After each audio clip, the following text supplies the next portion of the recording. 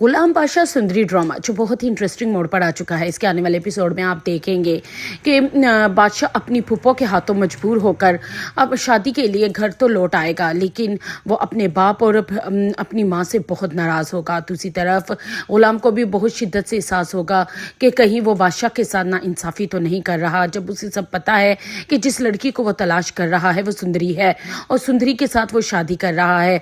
वो चाहेगा कि अगर वो रास्ते से हट जाए तो बादशाह को उसकी खुशी मिल सकती है, लेकिन दूसरी तरफ सुंदरी जो गुलाम को बेहद पसंद करती है और उसी से शादी करने के ख्वाब सजाए बैठी है, वो कभी भी मरते दम तक भी बादशाह के साथ शादी नहीं करेगी। जहांदान ने सिर्फ और सिर्फ अपनी बहन खुर्शीद को इस्तेमाल किया बादशाह को घर वापस लाने के लिए, क्योंकि वह जानता था कि वाहिद को उसकी बहन है जो बादशाह को शादी के लिए मनाकर घर लेकर आ सकती है।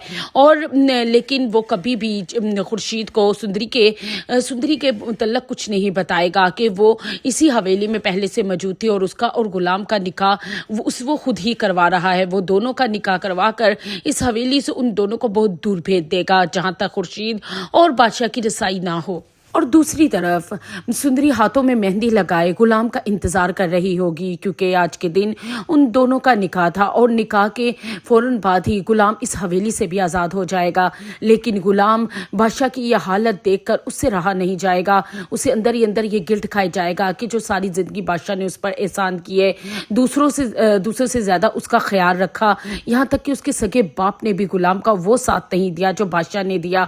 कहीं वो उसके साथ ज़्यादती तो नहीं कर रहा। और दूसरी तरफ अम्मा पुप्पो जो अब बादशाह को घर तो लेकर आ चुकी होगी, लेकिन अब अपने भाई जादाद को देख रही होगी कि वो किसी भी तरीके से उसको उसकी बेटी से मिला दे। जहांदान ने बहुत बड़ी गेम खेली है, सिर्फ और सिर्फ अपने बेटे को वापस हवेली में बुलाकर उसकी शादी करने के लिए, लेकिन वो अम्मा पुप्पो को कभी भी सुंदरी से मिलने नहीं देगा और ना ही उसको ये बताएगा कि सुंदरी पहले से इस हवेली में मौजूद थी। वो सुंदरी और गुलाम का निकाह करवा कर इस हवेली से बहुत दूर भेज देगा।